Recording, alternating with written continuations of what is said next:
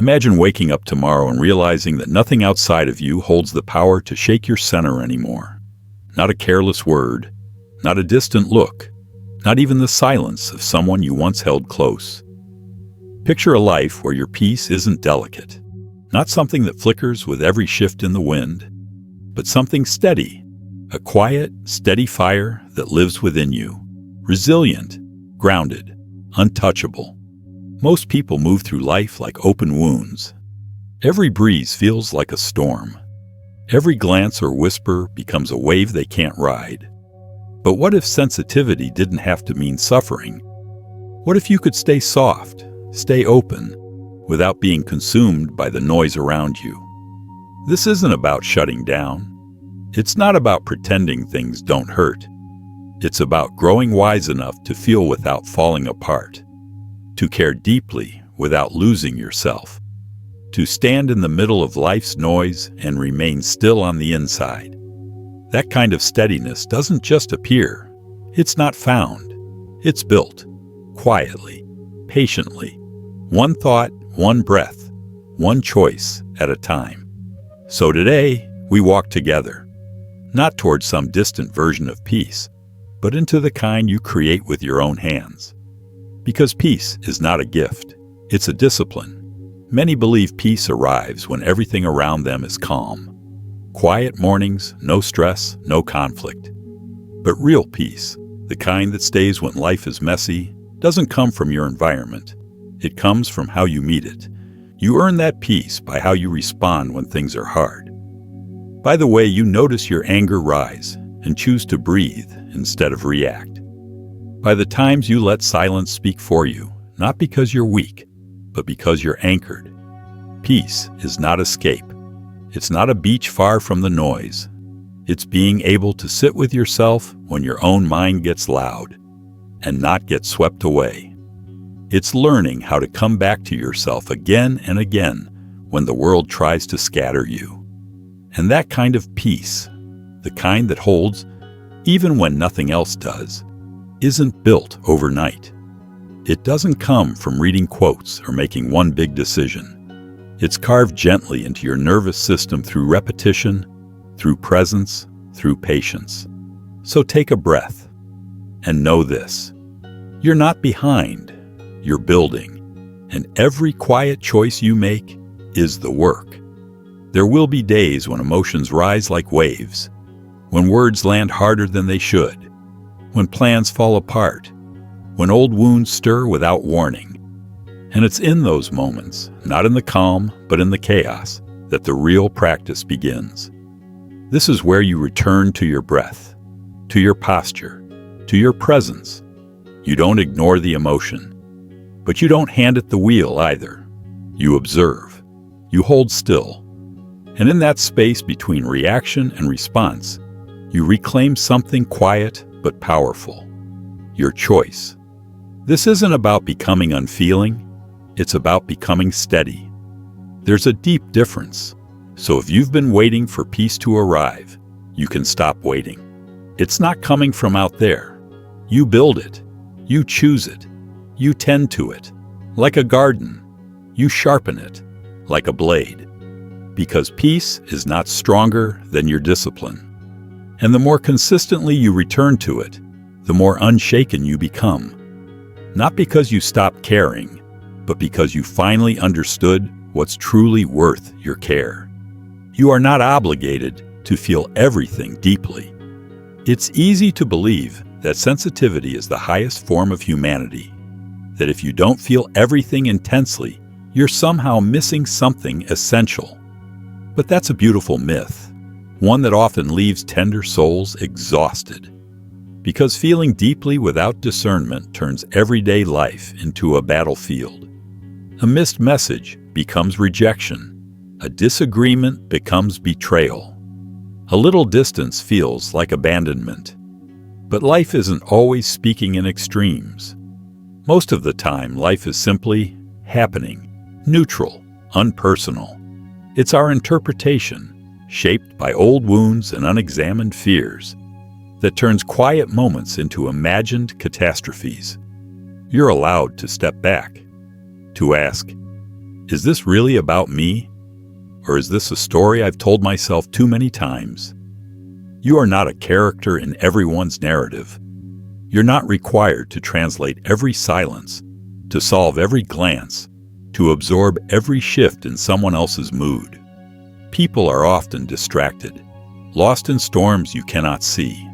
Their actions are rarely about you. They're about their own path, their own weight. And when you begin filtering life through clarity instead of emotion, you don't go numb. You wake up. You stop bleeding for battles that were never yours. You stop exhausting yourself trying to read hearts that don't even know their own language. You step out of the theater of assumptions and into something simpler: peace. Think about how many moments have been lost. Replaying conversations, writing emotional stories about neutral events, losing sleep over things that barely mattered in the vast rhythm of your life. Peace is not the absence of feeling. It's the wisdom to know which feelings are yours to carry and which ones you can finally set down. Your empathy, your attention, they're sacred. Not everything deserves them. And that's not cruelty. That's clarity. Your heart is not infinite.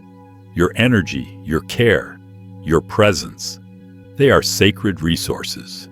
They are meant to be given with intention, not scattered over every passing disturbance. You are allowed to say, "This isn't mine to carry.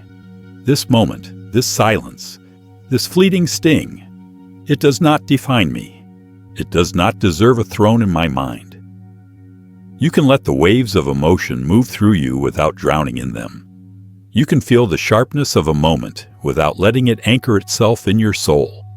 You can witness life unfolding without being swept away by every shifting wind.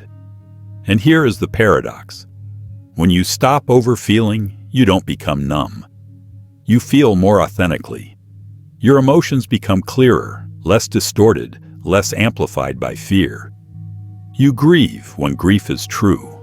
You celebrate when joy is real. You connect where connection is mutual. Your emotional life becomes richer, not poorer, because it's no longer buried under the noise of overreaction. This is not a rejection of sensitivity. It's the refinement of it.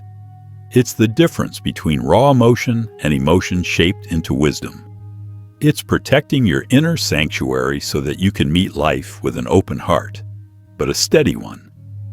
So the next time you find yourself spiraling over an unanswered message, a distracted glance, a moment of distance from someone you love, pause. Ask yourself, is this truly about me? Or am I carrying a story that was never mine to hold? Step back. Choose clarity over assumption. Choose peace over emotional exhaustion. You are not obligated to turn your heart into an open wound for every passing moment. You are allowed and deeply encouraged to protect the sacred ground of your mind, to reserve your depth for what truly deserves it. This is not coldness, it's wisdom. And in that wisdom, you discover a tenderness that doesn't break you. It holds you. It shapes your sensitivity into strength. Because sensitivity without strength isn't compassion. It's self-abandonment. There is something profoundly sacred about being able to feel deeply without losing yourself in the process. To feel the world deeply, to sense the subtle shifts in a room, to hear the tremble in a voice others miss, to hold a quiet empathy for struggles no one speaks of. That is not a flaw. That is a gift, but only when it's anchored in strength. Without that strength, sensitivity turns inward like a blade, not cutting through confusion, but through your own spirit. It becomes self-sabotage. An endless cycle of overthinking, overfeeling, overwhelming yourself until you sink into silence and call it safety. You were never born to be crushed by what you feel. You were born to use it, to navigate, to connect, to understand. But for that, you need resilience as your foundation. Without it, every shift in someone's mood feels like a warning. Every misunderstanding feels like a wound. Every quiet space feels like rejection. And life becomes heavy. Not because it's cruel, but because you've handed your emotional weather to forces outside yourself. Strength does not mean hardness. It doesn't mean walls so high nothing can touch you. It means being open without being shattered. It means knowing what deserves your tenderness and what calls for your detachment. It means remembering you can be both sensitive and sovereign. You can feel deeply without giving away the keys to your inner peace. Think of a violin, finely tuned. Its strings respond to the slightest touch, delicate, responsive, alive. But they are not weak. They hold tension and strength together in perfect balance, and it's that balance that creates beauty. Without tension, the strings make no sound at all. Without resilience, sensitivity collapses into noise.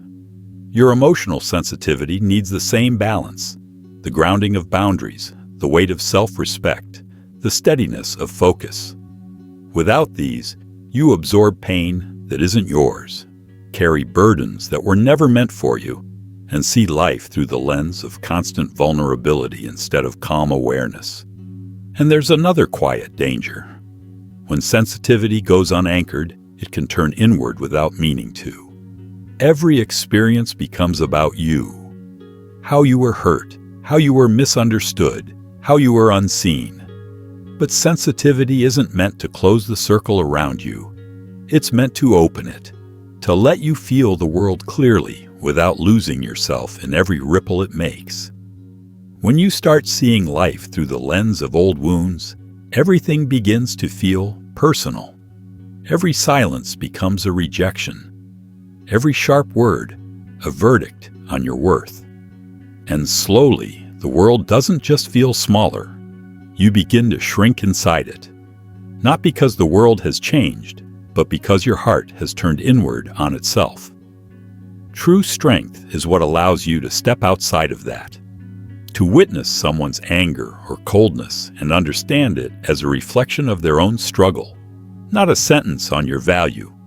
It's the ability to see pain, even when it stings, and whisper to yourself, "This doesn't define me unless I let it." Building emotional strength is not about shutting down. It's not about numbing yourself to life. It's about learning to nurture yourself through it. It's knowing when to sit quietly with your feelings and when to gently guide yourself back to clarity. It's the discipline of holding discomfort without letting it rewrite your story. And yes, it takes practice. It takes patience. But it's the path to a deeper kind of freedom. Because when sensitivity is paired with strength, it becomes wisdom. It becomes a light you carry into the world. A light that sees clearly, feels deeply, and yet stands unshaken. A light that listens without losing itself. That loves without losing dignity. That grieves without losing hope. The world does not need you hardened. It doesn't ask you to silence your tenderness. What it needs is your heart, open, alive, and steady enough to stay soft even when it hurts. To choose again and again to be both sensitive and resilient. Because when you master that balance, you stop living at the mercy of the world's storms. You become the calm inside them. And that calm begins in one quiet place, your own inner voice. If you listen closely, you'll realize the loudest influence in your life has never been the world outside. It's the dialogue within yourself. Day after day, thought after thought, there's a conversation happening inside you. A voice that never stops speaking. And whether you notice it or not, that voice is either building your calm or quietly dismantling it. You can face every external challenge, but if you haven't learned to guide that inner dialogue, it's like trying to calm a storm by rearranging the clouds. The sky might look different for a moment, but the turbulence still swirls underneath. Real calm, the kind that lasts, the kind that can't be shaken, begins the moment you take responsibility for how you speak to yourself. Most people never do. They let the mind run wild. Every fear is given a microphone. Every insecurity, a spotlight. Every small mistake is turned into a prophecy of failure. An unchecked mind can become a cruel narrator. It dramatizes pain, exaggerates threats, replays regrets, and invents futures soaked in anxiety. And often, that voice steals your peace long before the outside world ever gets the chance. Mastering your inner dialogue isn't about pretending. It's not about painting everything perfect or forcing affirmations you don't believe. It's about cultivating a conversation with yourself that is honest, grounded, and rooted in reality, not fear. It's noticing when your thoughts spiral into the worst case and gently guiding them back. It's questioning the harsh judgments instead of swallowing them as truths. It's softening the catastrophic stories and replacing them with clarity. When you stumble, an undisciplined mind whispers, "You're worthless. You'll never get this right." But a trained mind responds, "This is a setback, not a sentence. What can I learn? How can I grow?" When someone pulls away, the fearful mind says, "You're being abandoned. You're not enough." But the grounded mind knows everyone has their own battles. Their distance is about them, not a reflection of my worth. This is the quiet work of building peace, not controlling the world outside you, but tending to the voice within. Because that voice is the soil where either fear or calm takes root. Your inner dialogue isn't about denial. It's about direction. It's the quiet act of choosing the thoughts that serve your strength over the ones that feed your fear. Think of it as tending to a home. You clear out the clutter, repair the cracks, open the windows and let in the light. Your mind deserves the same care. And like anything worth mastering, this isn't a one-time effort. It's a daily practice. It happens in the small moments. When thoughts begin to spiral, you catch them, question them, and guide them back to center. It happens in moments of overwhelm, when you pause long enough to anchor yourself with words that heal instead of words that harm. No one can do this for you. Not love, not success, not validation. Because no external achievement can quiet an undisciplined mind. Only you can choose to become your own source of calm instead of your own source of chaos. Your inner dialogue is the soil where your emotional state grows. Plant seeds of fear and self-criticism, and anxiety will naturally bloom. But if you plant patience, perspective, and resilience, calm will grow there too. Not as a miracle, but as the natural harvest of what you've nurtured. Marcus Aurelius wrote, "You have power over your mind, not outside events. Realize this, and you will find strength." That isn't just philosophy, it's a map. A reminder that peace isn't gifted to a few. It's built. It's practiced. It's a choice you make every single day. To guide your mind instead of being pulled by it. So when your heart races, when fear surges, when the noise inside grows loud, pause. Ask yourself, is this my wisdom speaking, or an old wound echoing? Is this thought a friend, or a fear pretending to be truth? You can't control every thought that rises, but you can choose which ones to engage, which ones to believe, and which ones to let pass like clouds. Master that, and you master your calm. You master your life. And this is where another truth lives. Not reacting is not weakness, it is power. In a world addicted to instant replies, silence looks like surrender. Composure is mistaken for fear. Restraint is seen as a lack of courage. But the opposite is true. Anyone can react. A child can react. A wounded animal can react. Reaction is instinct, fueled by fear, pride, or pain. Choosing not to react, to pause, to observe, to respond only when grounded and clear, that is rare. That is strength. Not the loud kind, but the steady kind. The kind that doesn't need to prove itself because it knows itself. When someone insults you, the instinct is to strike back. When you're misunderstood, it's tempting to explain endlessly, to argue, to fight for your narrative. But every time you let yourself get pulled into these small battles, you trade something much greater. Your center, your clarity, your calm. Learning not to react doesn't mean tolerating injustice or accepting disrespect. It means you refuse to hand over your emotional state to every passing wave of external chaos. It means you become deliberate with your energy. You understand that not every battle deserves your presence, not every opinion needs correcting, not every slight is worth carrying. There's a quiet kind of dignity in being able to say, I see what's happening, and I choose peace over performance. Not because you are weak, but because you are strong enough to know that real victories are often silent, that walking away from drama is not retreat, it is stepping onto higher ground. Think about the calmest souls you admire, the wise voices that steady you. They are not the ones frantically defending themselves against every critic or striking at every offense.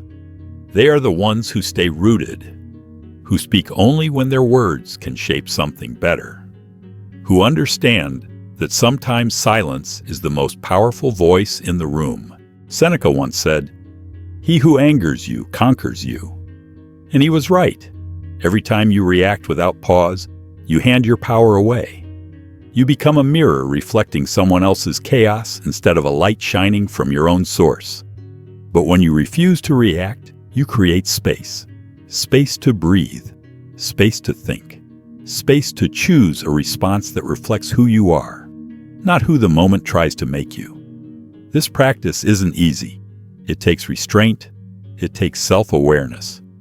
But with each pause, with each breath held instead of words thrown, you reclaim your calm.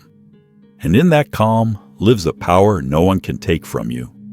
Awareness and humility teach you something essential. You won't always have the last word. You won't always be understood. You won't always convince people of your worth, especially those who are unwilling to see it. And that realization is freeing. It releases you from the exhausting game of emotional ping-pong that so many people live in every day. It lets you move through life the way a mountain moves through storms, steady, unshaken, dignified. It gives you the space to build relationships rooted in understanding rather than reaction. It allows you to save your energy for what matters most: your growth, your purpose, your peace. So the next time someone tries to pull you into a fight, or life throws a petty challenge your way, remember, reacting is easy. Mastery is choosing when and if you respond at all. Every moment you stay rooted when you could have been rattled, you are not losing. You are winning the only battle that truly matters, the battle within yourself. One of the greatest freedoms you will ever know is realizing this simple truth. Not everything is about you. The way people speak to you, the way they treat you, even the way they hurt you. It often says far more about the state of their own heart than it does about your worth. Until you see this clearly, you remain vulnerable, open to being cut by every sharp word, every cold glance, every unmet expectation. Most people carry invisible wounds, from childhood, from betrayal, from disappointments they never healed. These wounds shape how they see the world, how they love, how they speak, and how they treat others, including you. When someone lashes out in anger, it is rarely because you deserve it. It's because they have not learned how to soothe their own pain.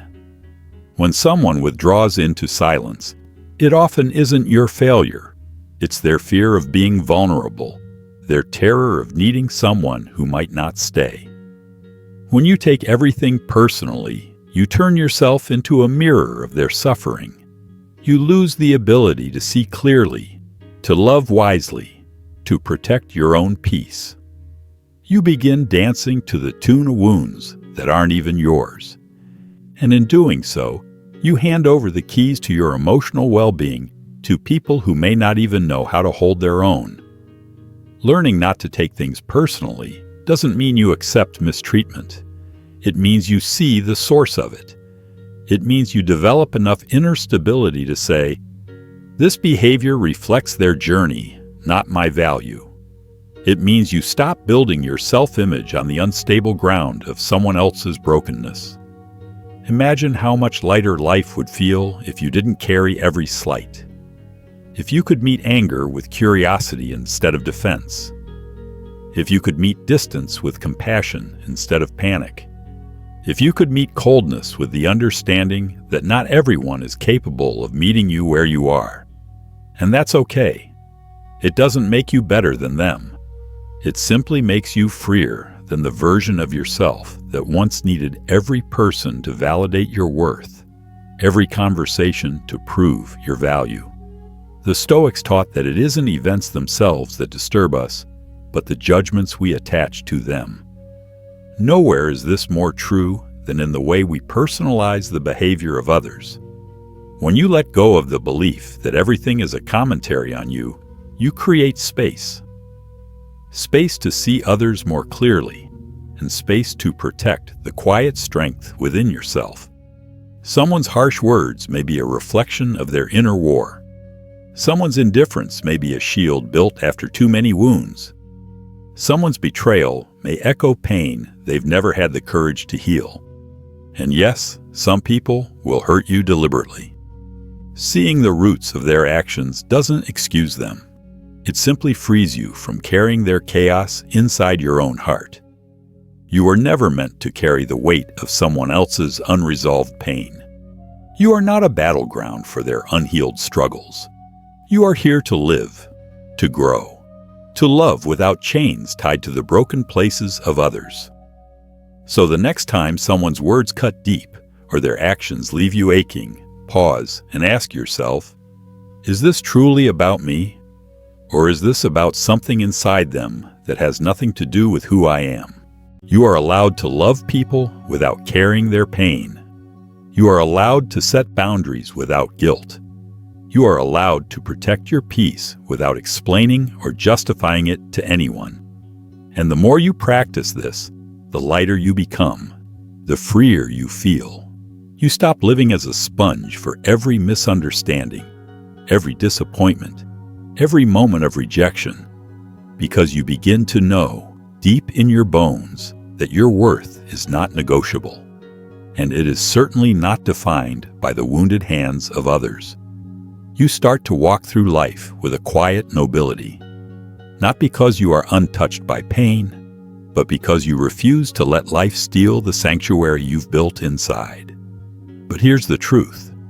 Protecting your peace does not mean hiding from life. After enough pain, it's tempting to believe isolation is the answer. To think, if I wall myself off, if I build the barriers high enough, no one can ever hurt me again. And there's a logic to that. If no one gets close, no one can wound you. But behind those walls, you lose more than pain. You lose connection. You lose joy. You lose the very pulse of life itself. Boundaries and walls may look similar, but they are profoundly different.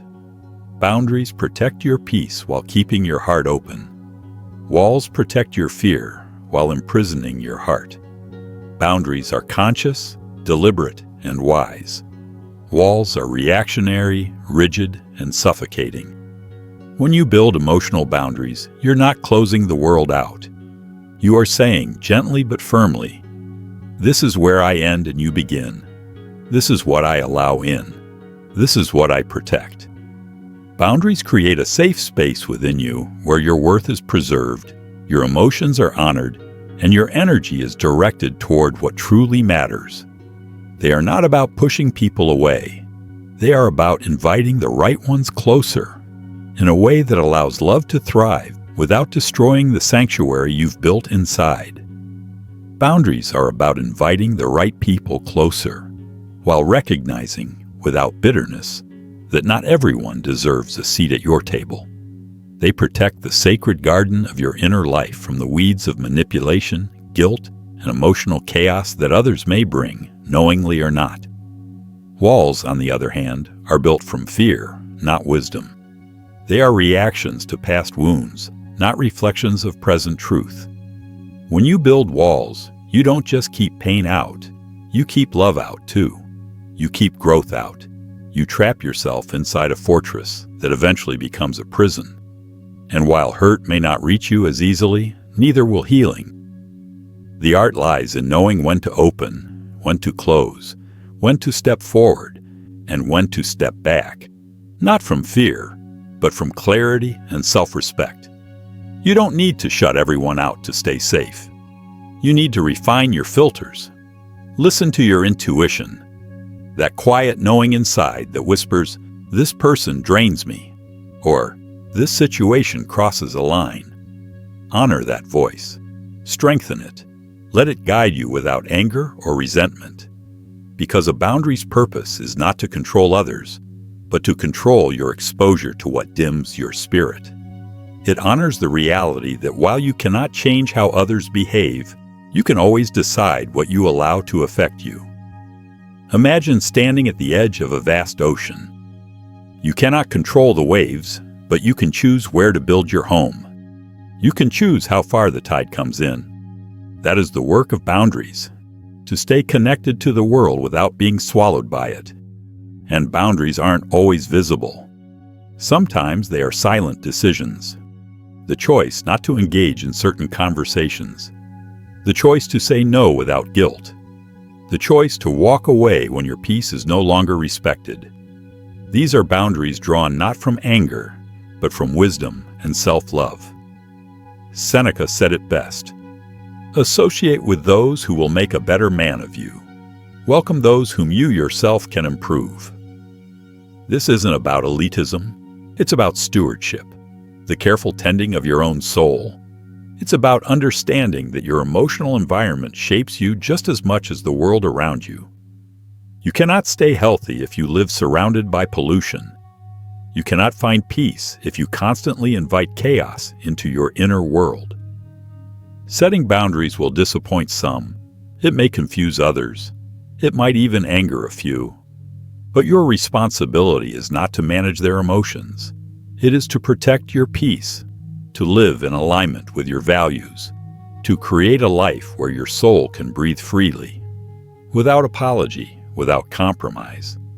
Each time you honor your boundaries, calmly, consistently, compassionately, you reclaim a little more of your power. You remind yourself that you are not here to be everything to everyone. You are here to be true to yourself.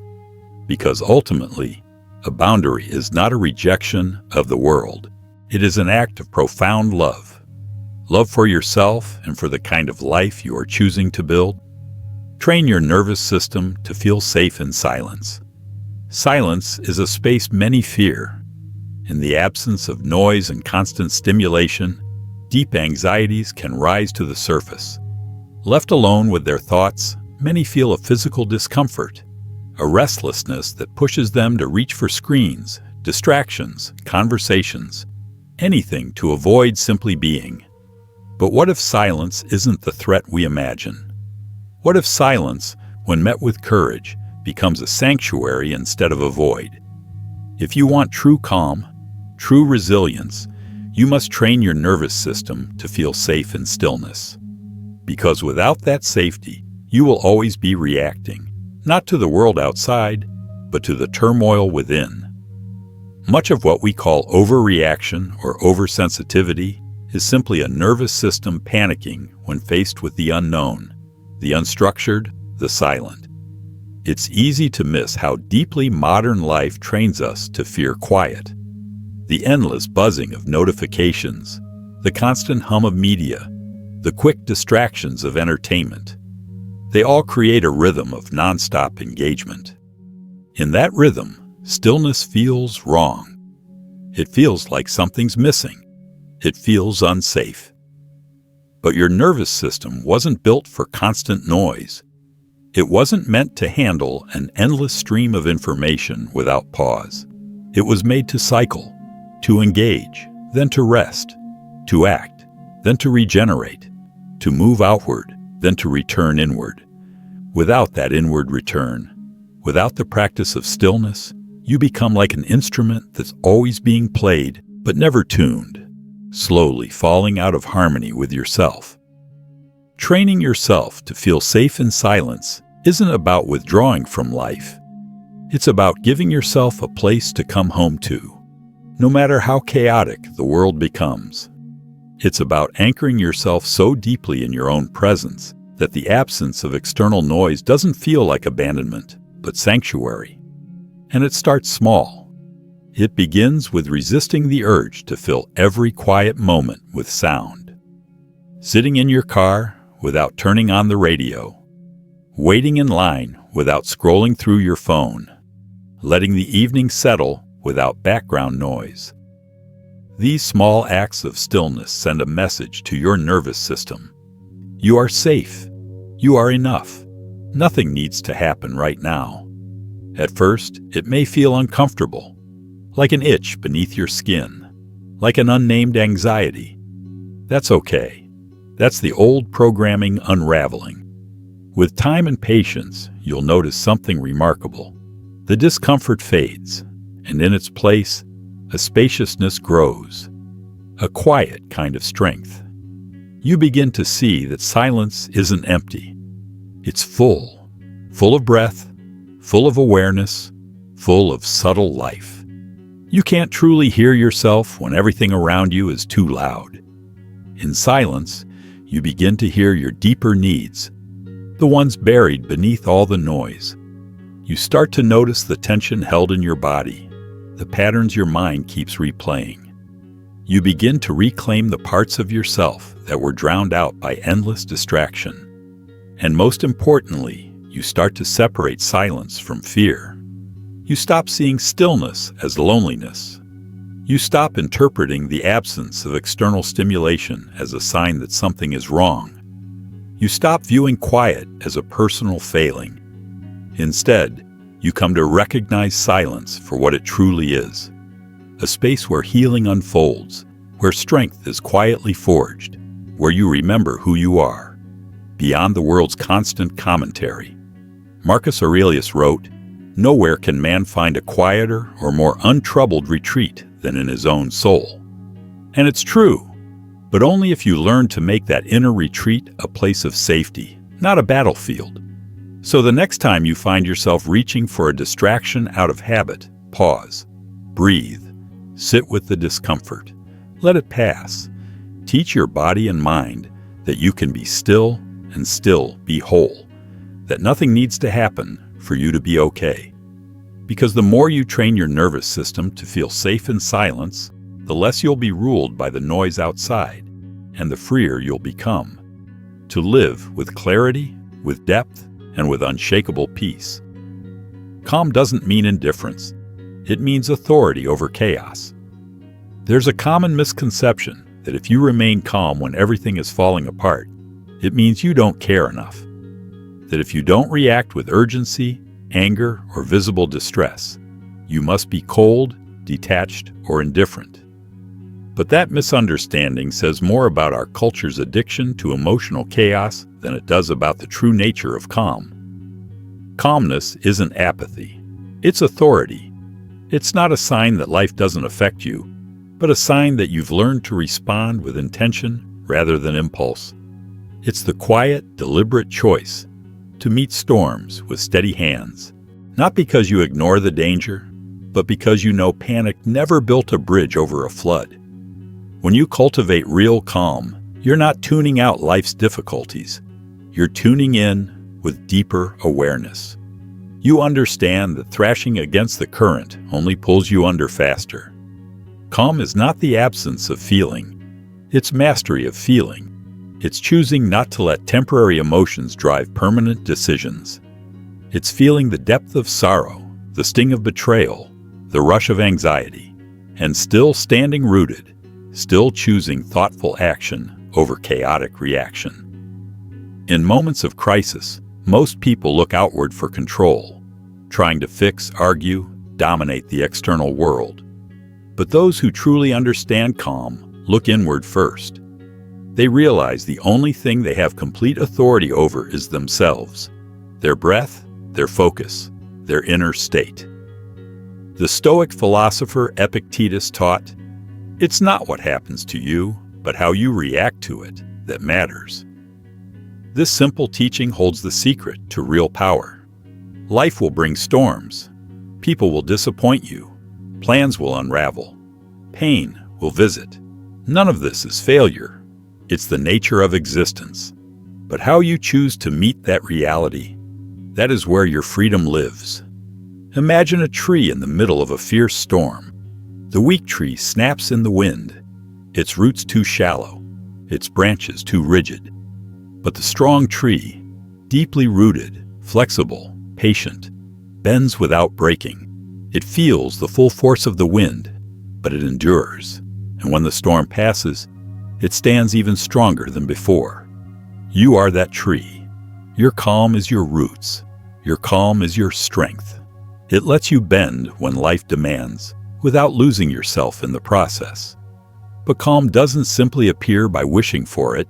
It's cultivated, built quietly in small moments. When you pause before speaking harshly, when you breathe through irritation instead of lashing out, when you witness your own fear without letting it take control, that's where calm grows. It grows when you choose not to escalate a conflict just to prove a point. When you let someone else's anger pass through you without lighting a fire in your own chest. When you trust that sometimes the best response is no immediate response at all. The more you practice this kind of calm, the more others may misunderstand you. Some will say you don't care. Some will try to provoke you, mistaking your silence for weakness. Some will think they have the upper hand when you don't argue back. But over time, you'll see none of that matters. Because the goal was never to win arguments or impress the loudest voice.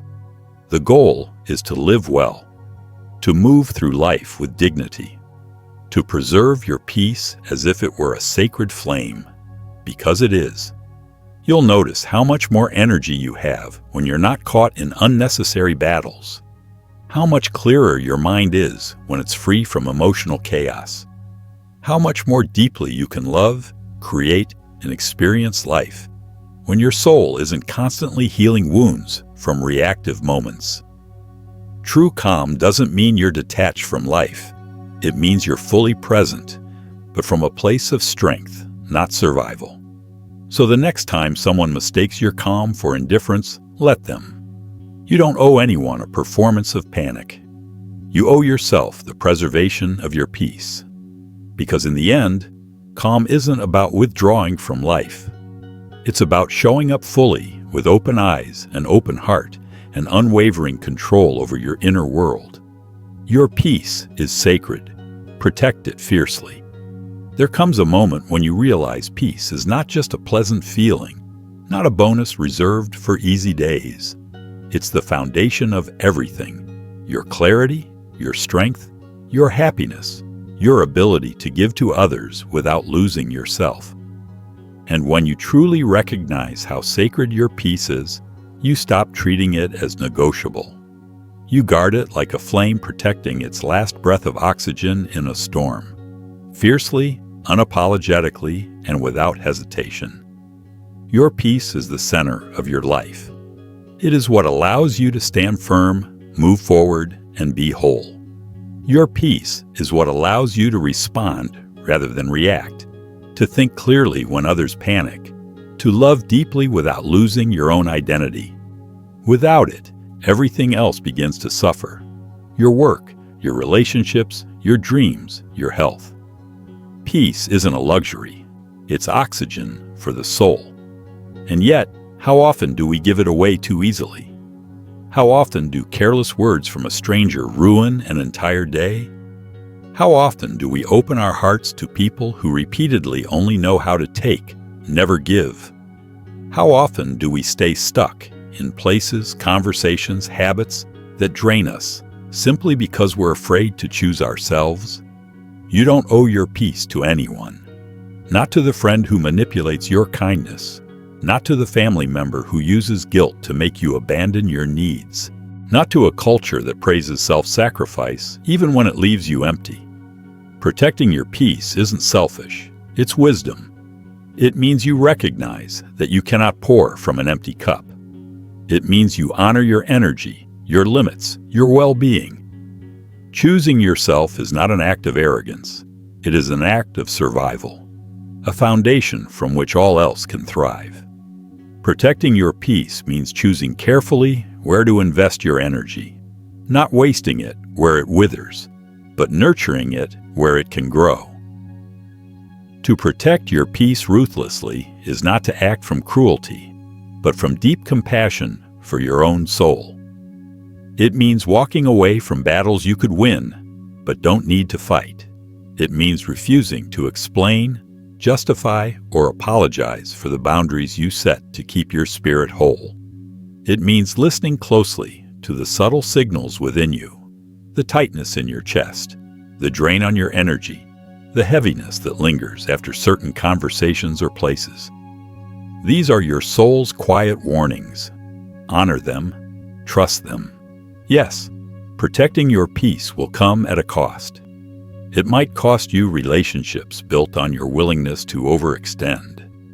It might cost you the admiration of those who valued you only when you were easy to reach, easy to take from. It might cost you the illusion of belonging in places that ask you to betray yourself just to fit in. But what you gain is far greater. A life that truly feels like yours. Mornings that begin with calm, not dread. Evenings where your mind is quiet enough to hear your own dreams once again. Relationships that nourish you, built on mutual respect and authenticity, not obligation. Marcus Aurelius wrote, "The tranquility that comes when you stop caring what they say or think or do, only what you do." This is the heart of protecting your peace. Focusing not on managing the world around you, but mastering the world within. You are the guardian of your inner world, the protector of your own light. There is no higher duty, no greater responsibility. So be kind, but be clear. Be open, but be discerning. Love deeply, but love yourself enough to walk away. When loving others demands you abandon your own soul, protect your peace like your life depends on it, because in every meaningful way, it does. And as you do, you'll discover something extraordinary. The world outside may rage, may roar, may crumble, but inside you, there will be a stillness no storm can reach. True inner calm isn't found by escaping life. It's found by learning how to move through it without letting it move through you. It's found by building a shelter inside yourself strong enough to stand even when everything outside shakes. That shelter is built, choice by choice, moment by moment. When you stop treating peace as a luxury and start treating it as your deepest responsibility, everything changes. You react less. You see more. You carry yourself differently, not with hardness, but with quiet strength. True strength isn't built on apathy, but on unwavering clarity. A clear understanding of who you are and what you allow into your heart. This isn't a journey toward isolation. It's a path of conscious living. It's the realization that your sensitivity is not a burden to hide, but a gift to honor and protect. That silence isn't emptiness, but a space of fullness and presence. That boundaries aren't selfish walls, but sacred acts of self-respect. And that true calm isn't about feeling less, but about choosing your feelings with wisdom, not weakness. You owe it to yourself and to the life you're meant to live, to guard your peace as fiercely as you would guard the flame of your own soul. Because in the end, this journey isn't about proving anything to the world. It's about creating a world within you that no storm can shake. If this message resonates with you today, I invite you to carry this calm forward, protect it, nurture it, and let it shape the way you move through the noise of life, not untouched by pain, but unbroken by it. And if you found value here, consider sharing this with someone who might need this gentle reminder too.